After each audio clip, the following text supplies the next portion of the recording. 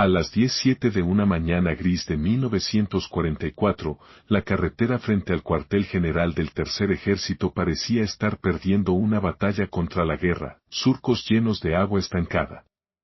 Barro removido por 100 juegos de orugas de tanque y neumáticos de camión. Un semioruga se encontraba en un ángulo incómodo en una zanja, donde se había desviado del arcén, con las ruedas traseras medio sumergidas. A su alrededor había media docena de hombres trabajando y maldiciendo. Un sargento estaba parado hasta los tobillos en el barro, sosteniendo una cadena de remolque en ambas manos, insistiendo en que debían engancharla al enganche trasero y tirar hacia atrás. Un oficial subalterno argumentó lo contrario, engancharse al frente, usar el cabrestante en el camión. Líder, tirar de él hacia adelante y hacia afuera. El casco del oficial estaba calado hasta los ojos. Su chaqueta de tanque estaba tan cubierta de mugre seca que apenas se distinguía su color original. Las perneras de sus pantalones estaban pegadas hasta media pantorrilla. Las botas eran indistinguibles de la carretera, no parecía un general. A 50 metros, un coche oficial oscuro se detuvo con un rugido. El conductor apagó el motor. El general Duat de Eisenhower, comandante supremo de las fuerzas aliadas en el noroeste de Europa, salió con cuidado, buscando con sus botas un trozo de tierra que pareciera menos sopa. Observó la escena con una mirada rápida y experta. Camiones atascados, mensajeros intentando abrirse paso, un jeep de mensajería estacionado torcido, su conductor observando el drama del semioruga, barro. Tráfico. El tipo de pequeño problema que, multiplicado por 1000, podría frenar a un ejército.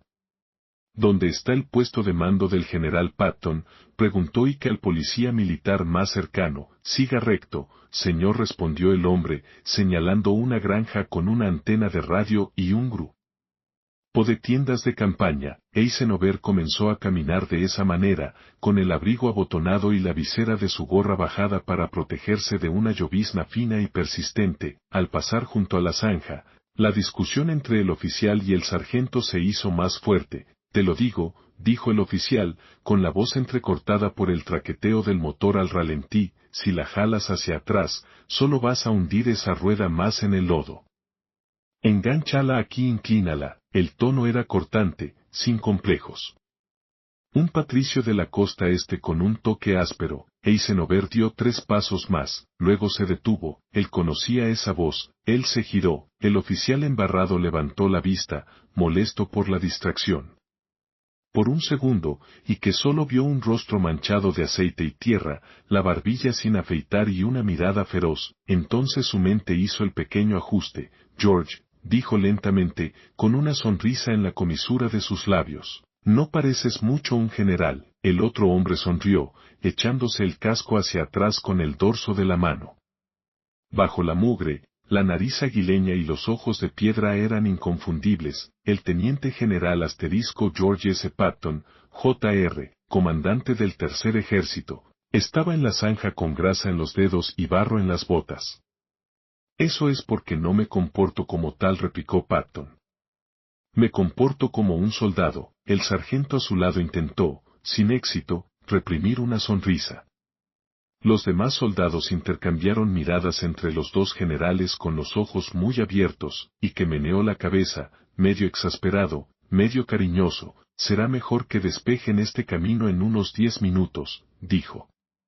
O buscaré a un general y hablaré con él. Sí, señor, respondió Patton y volvió a centrarse en el problema como si el comandante supremo fuera un transeúnte más. Fue una escena breve, casi cómica. Pero decía algo importante sobre la guerra que libraban estos hombres y sobre las diferentes maneras en que habían elegido librarla.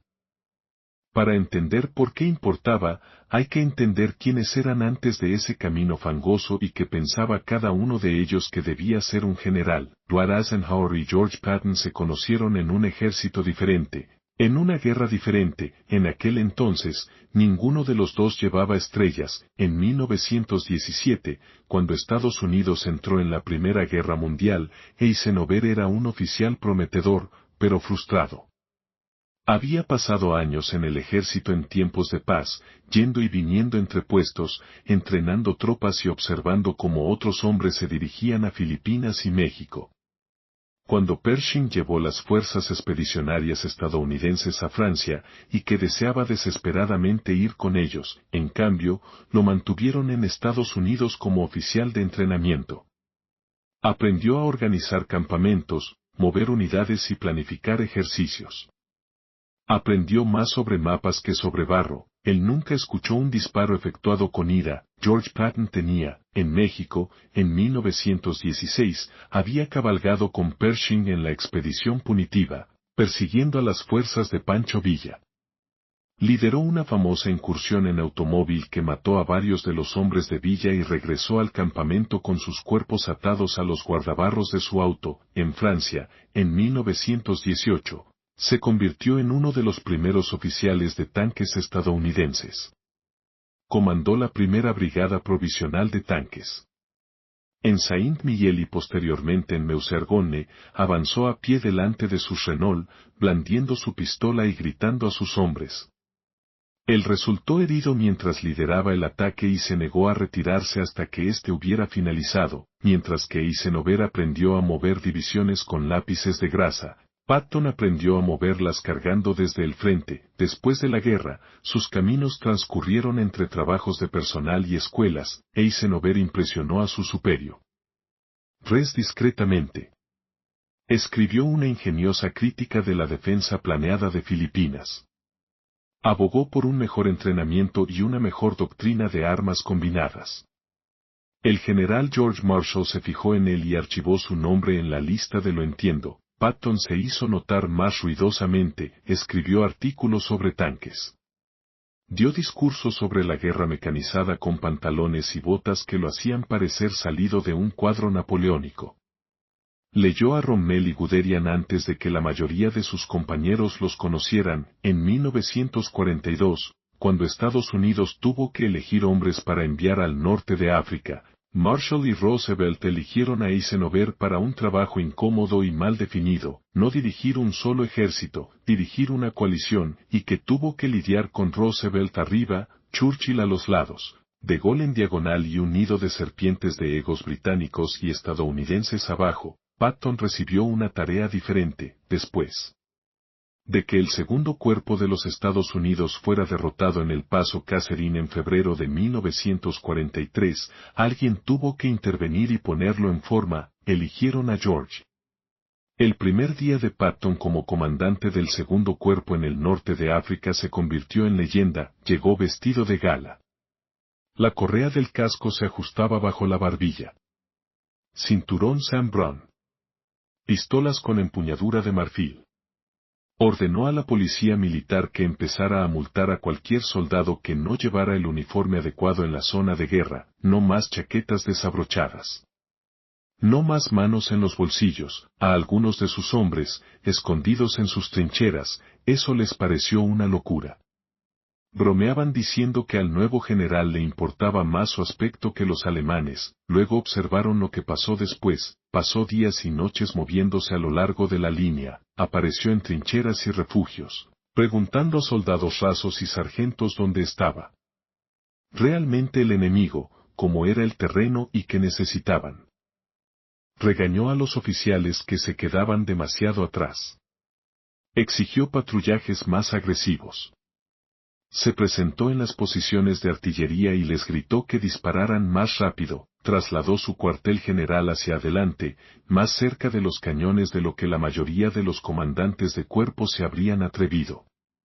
Hizo sus vidas más difíciles, más duras, más reglamentadas. También les hizo empezar a ganar. Cuando el segundo cuerpo giró hacia el norte para atacar el Guetar, algunos de esos mismos hombres habían empezado a decir, a regañadientes, bueno, al menos el hijo de puta está aquí con nosotros. Esa dualidad, una disciplina dura, incluso cruel, acompañada de una negativa a esconderse detrás de mapas, era el núcleo del estilo de mando de Patton. También fue lo que condujo a su momento más feo.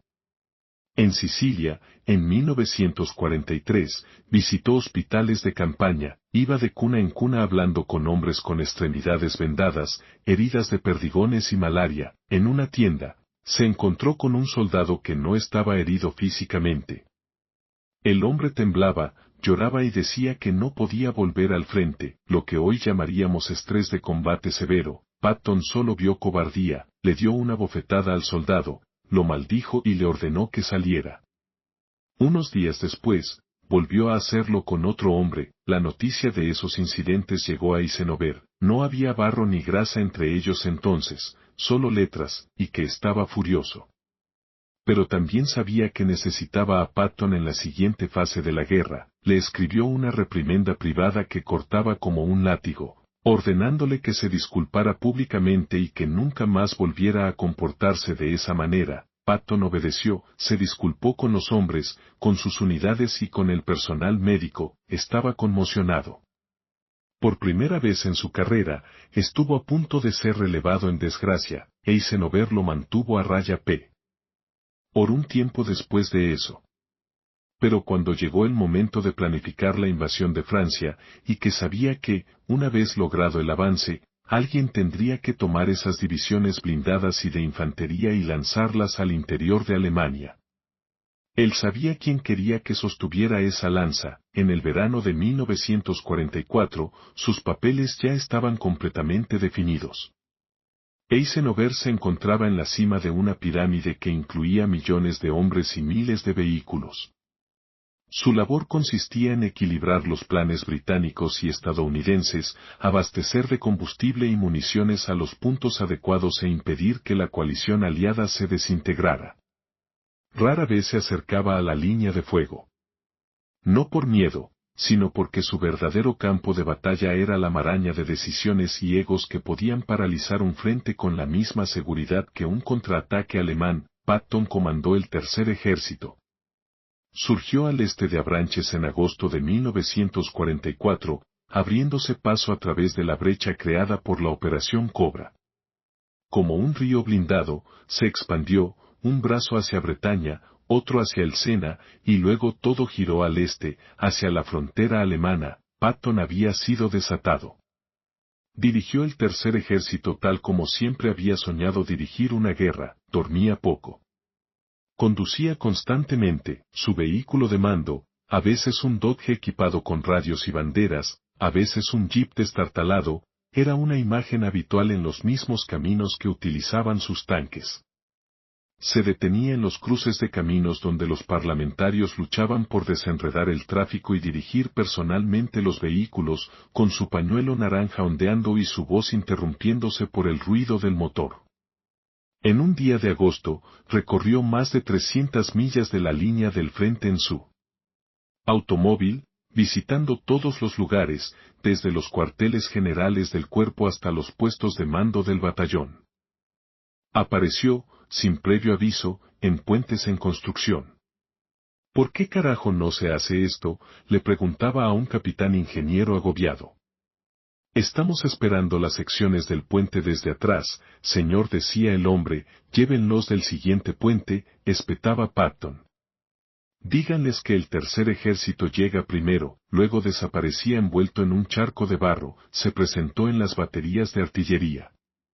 No pueden matar alemanes sin disparar, le gritó a una tripulación que había estado conteniendo el fuego para ahorrar proyectiles. Quemen esa pólvora.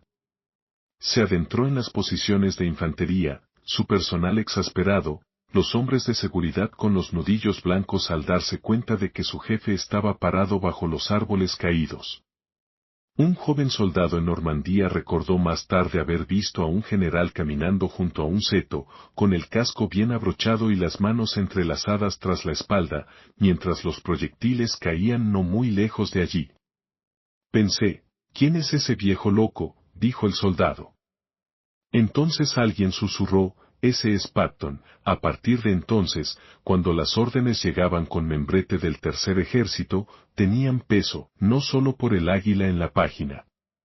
Porque la mayoría de los hombres que los leyeron habían visto con sus propios ojos al hombre detrás de ellos. Ese estilo se trasladó a Francia, al momento en que él y Eisenhower se cruzaron en ese camino fangoso. Para Eisenhower, mientras caminaba por ese callejón en 1944, la guerra parecía diferente, acababa de llegar del cuartel general supremo, donde su día consistía en montañas de informes, tensas reuniones sobre la asignación de combustible, discusiones con Montgomery sobre el mejor eje de avance, cables de Washington y Londres preguntando, ¿por qué no ha terminado todavía la guerra? Él se presentó ese día porque sabía que necesitaba ver al menos algo de él.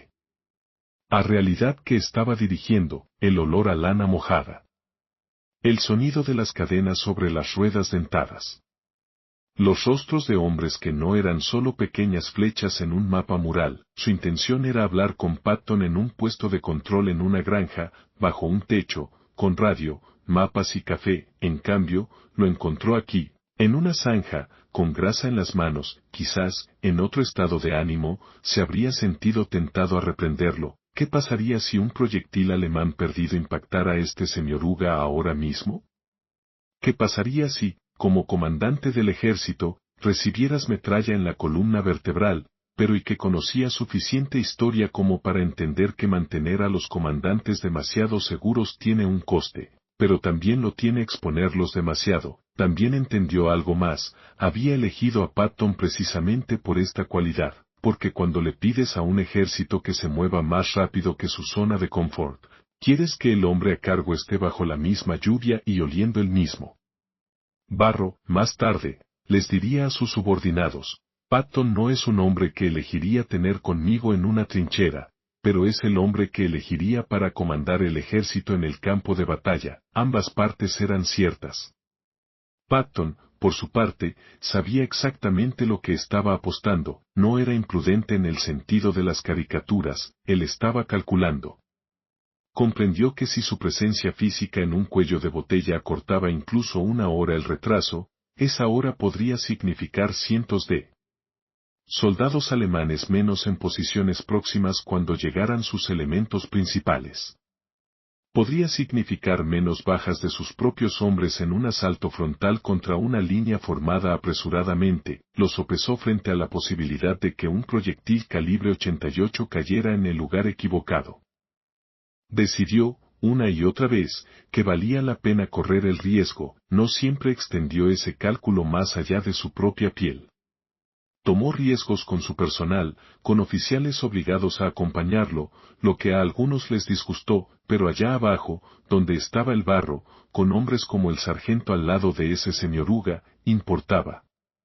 Porque podían ver que él no se mantenía seco mientras ellos caminaban con dificultad, dejó que sus dificultades lo afectaran, a veces demasiado. Eso fue parte de lo que estalló horriblemente en Sicilia, cuando los hombres abrumados en los hospitales de campaña se quebraron y él, que se había obligado a no mostrar nunca una grieta, no pudo comprenderlo. Es fácil, en la memoria, separar las partes buenas de un hombre de las malas. La gente real no viene tan bien empaquetada. Después de Francia, la danza entre el estilo de Patton y la cautela de Eisenhower continuó. En diciembre de 1944, cuando los alemanes lanzaron su última gran ofensiva en las Ardenas, la batalla de las Ardenas. La voluntad de Patton de familiarizarse personalmente con el frente de su ejército dio sus frutos. En una conferencia en Verdún, y que expuso la situación a Bradley, Patton y otros comandantes del ejército, preguntó sin rodeos, ¿qué se puede hacer para aliviar la presión en el norte?